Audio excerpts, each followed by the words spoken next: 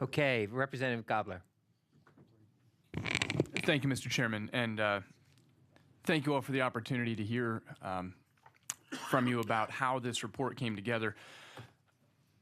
I'm in my 6th term in the legislature. I'm one of the guys that the chairman referred to as one of the new members here. I asked to join this committee, and some of you may know I also serve in the National Guard. I'm in the Army, but so I actually asked to join this committee because of the emergency services side of it, and specifically this conversation that's been going on. The conversation I've been having in my legislative district is very much at a fever pitch because I have a huge concern in my legislative district about the future of where we're going to find the people to respond when the alarm goes off. And so I found this conversation very interesting, and I just wanted to kind of focus this down a little bit because I think that we have two very different and perhaps equally valid versions of reality being discussed. But I think that the task we have in front of us is how do we put those two versions of reality together. On one hand, you've got the question of what sort of training does it take to respond to an emergency? And then on the other hand, what sort of resources in the forms of human beings do we have in the state, and how many hours do they have in their life that they can invest before they fall off and say, you know what, I'm going to go do something else? And what we're dealing with right now is we're seeing the increase in the amount of line of duty deaths because we have more and more people that are staying in the active field service to a greater and greater age because there simply aren't the number of young people coming in behind them that are getting the certifications they need and able to show up on the scene.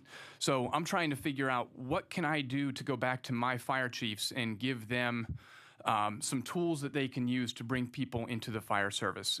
Just a few thoughts I wanted to share here. One, I think Senator Hutchinson made an excellent point when he was talking about the idea of modules. And I understand there are differences as far as what level of training we want people to get to, but by offering the option of modules in training, I think what we're telling people is they can eat the apple one bite at a time instead of having to swallow the whole thing down their throat in one gulp. And I certainly know that if I'm trying to recruit somebody to come and take part in an organization, if I tell them, before you can show up on the scene, I'm going to have to send you 56 miles away every weekend for the next who knows how many weekends. It's going to be 188 hours, but the clock doesn't start until you get there and get in your seat. How many of those people are going to be able to follow that through before they show up and then start relieving our folks that have been in the fire service for 40, 50, 55 years plus from the responsibility of showing up to every single motor vehicle accident, every single emergency that might exist in our community. So I think the question I have is how can we put the two things together? I see the Recruitment and Retention Subcommittee saying one thing and the Training and Operations Subcommittee saying another thing. How do we put this together so we can make it user-friendly so that the 21st century emergency services force can actually come together in a world of reality that fits together? The entry-level fire training program for the fire service is already in 4 modules. It's been in 4 modules, I don't know. About 12 years. Probably. And what does Module 1? Module 1 is 16 hours long. It's the introduction to safety and training, basically. And what does that get somebody in their ability to participate in a fire department? Basically, it is how can you get on a fire truck and ride the fire truck safely without being a danger to yourself or someone else around you. The second module, and now you're going to test my memory here. The second module is fireground support. Mm-hmm. It's the second module is fireground support. It's like 24, 28 hours. I don't remember the exact hours. And then the third module was exterior firefighting. The fourth module was interior firefighting. And the reason that when I was the fire commissioner, we put it in the modules is to try to do exactly what you wanted. First of all, we gave the fire chief the opportunity that if the guy down the street came to the fire and said, I want to be a volunteer, but I don't ever want to go inside. In fact, I don't even want to squirt water on the outside. I want to be a gopher for you on the fire ground. Then I, as the fire chief, could say, you take the first and second module, and I'm satisfied with the level of training that you've received from the state. If I show up and say, I want to be someone that squirts water from the outside and do stuff on the outside of the building, okay, I want you as a fire chief, you take module 1, 2, and 3. And you didn't have to take the apple at one time. I could do the first module this month, maybe we take a break. A month later, we do the second module. A month later, maybe the third module. And then if you have the guy that shows up or the gal that shows up and says, I want to go inside, I want to be on the nozzle, then okay, as the fire chief, I make the decision, you go through all 4 modules, and oh, by the way, I want you to take a 16-hour structural burn class as well. Or you could have the other occur. The fire chief could say, don't worry about the training. Here's your pager. Here's the key to the door. When the pager goes off, you come a-running. The guy walked in the firehouse, couldn't spell firefighter, and now he just left and he is one without any training whatsoever. And we have both dynamics at work in the Commonwealth. We have fire departments that require you to be certified at Firefighter 1 before you're allowed to ride the fire truck. Another dynamic that we have going on, when I started in the fire service, for the first 2 or 3 years I was in the firehouse, I never met a state instructor. I was taught what I was taught by the fire chief and the senior men in the fire station. Anymore, what happens is that you join, you got to take a state class. Training within firehouses in so many communities anymore just doesn't occur. The fire chief doesn't do training. The senior people don't do training. We depend on the local level training system for the people to get their training. And then when they finally say, hey, we have a state instructor coming to teach this class, I was like, oh my God, there's a state instructor coming to our class. I couldn't believe it. So it's already in a module format. Part of the problem is a lot of our fire chiefs don't understand that.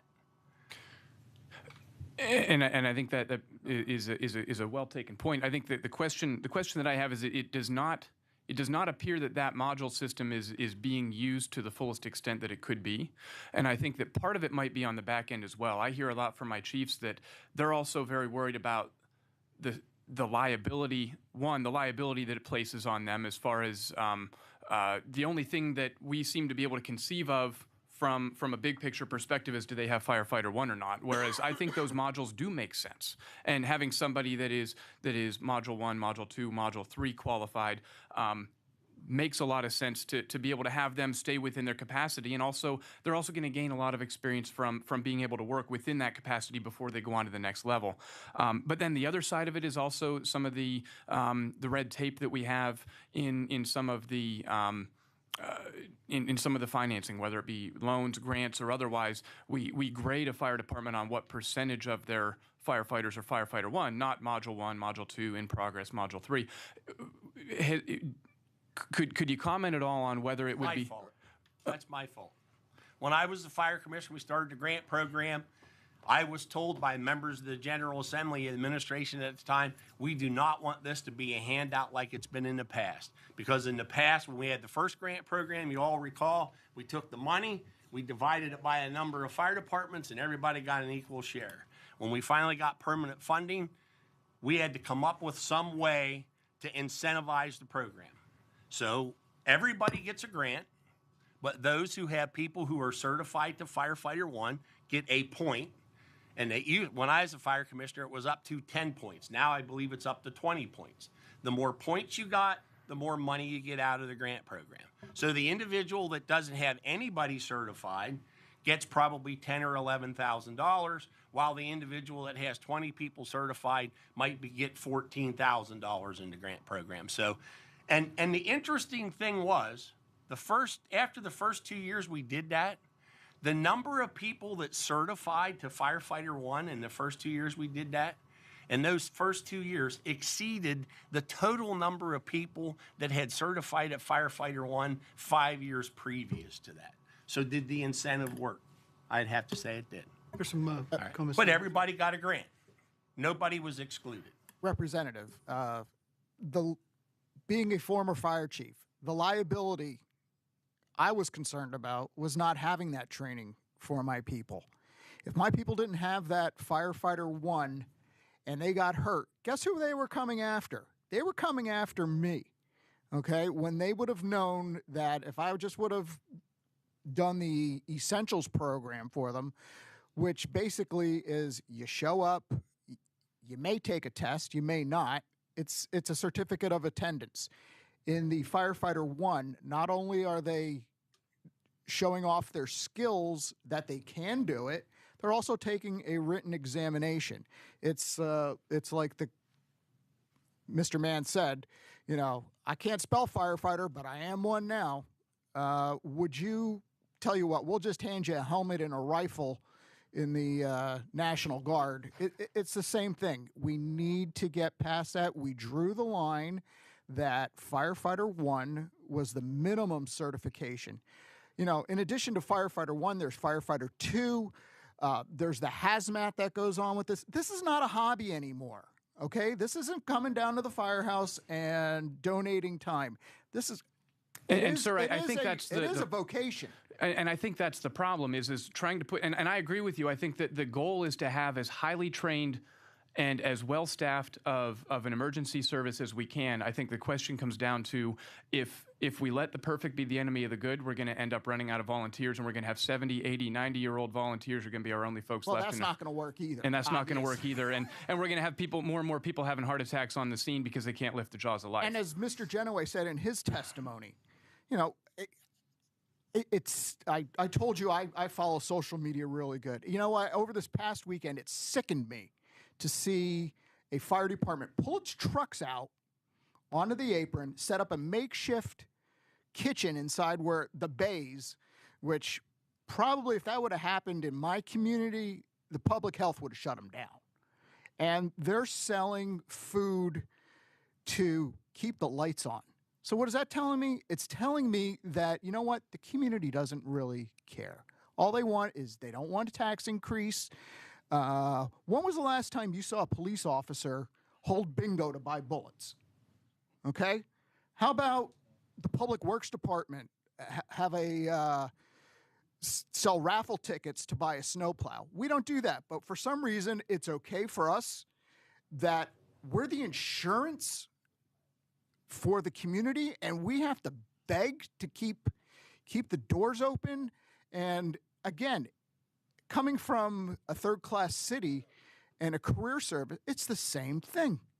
We don't have that as many fires as we did. Well, you know why we don't have as many fires? Because this chief pushed fire prevention and getting the message out. And before I finish, I'm going to pass it along to my cohort here who has something to say. Thank you. Jay Delaney, Wilkes-Barre, and I'm president of the Pennsylvania Career Fire Chiefs Association. And you know, we talked here for about the last 45 minutes about fires. That's what we talked about.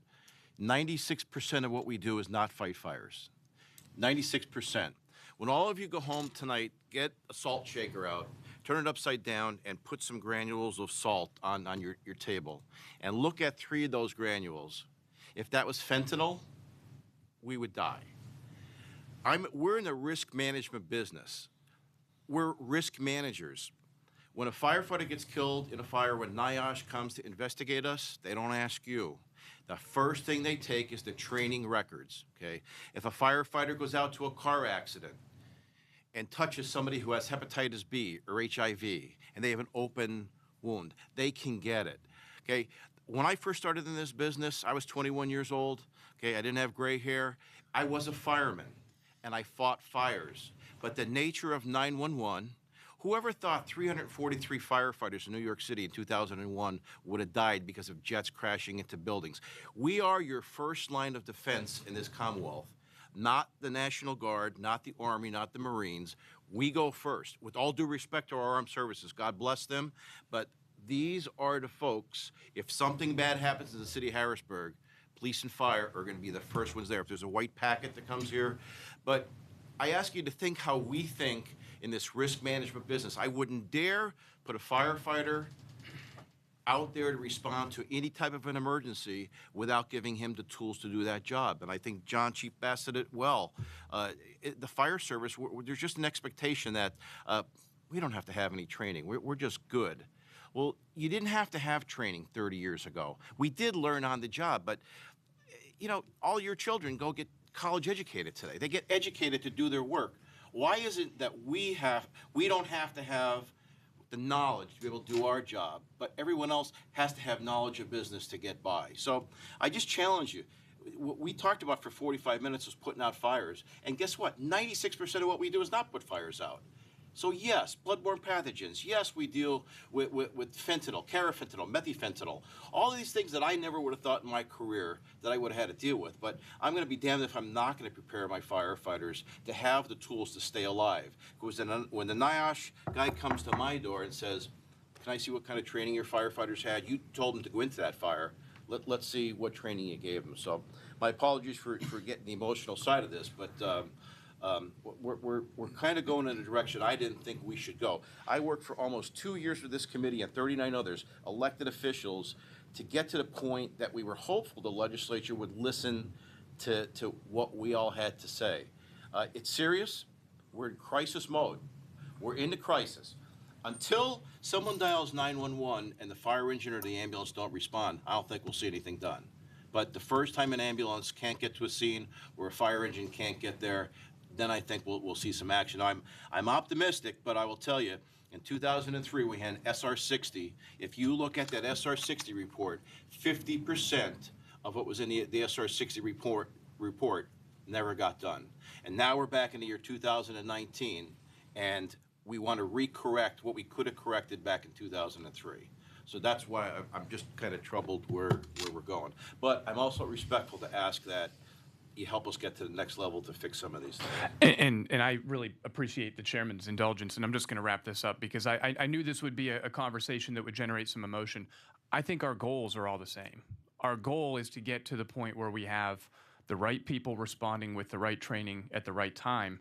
And the question is, how do we navigate reality? And I think that's a follow-on conversation that we all need to have. I'm committed to it. I'm sitting here because I don't want to see us repeat the missed opportunities of the past. I also want to see us navigate to that sweet spot that marries the what we can get done with reality, and to figure out how that meets the true people that are our front line, and you hit the nail on the head with that. The people that are our front line are the first responders that are in our communities, and we need to figure out what policies will actually work to put that next generation of first responders on the street, protecting our communities. So with that, Mr. Chairman, I appreciate it. I apologize for taking so long.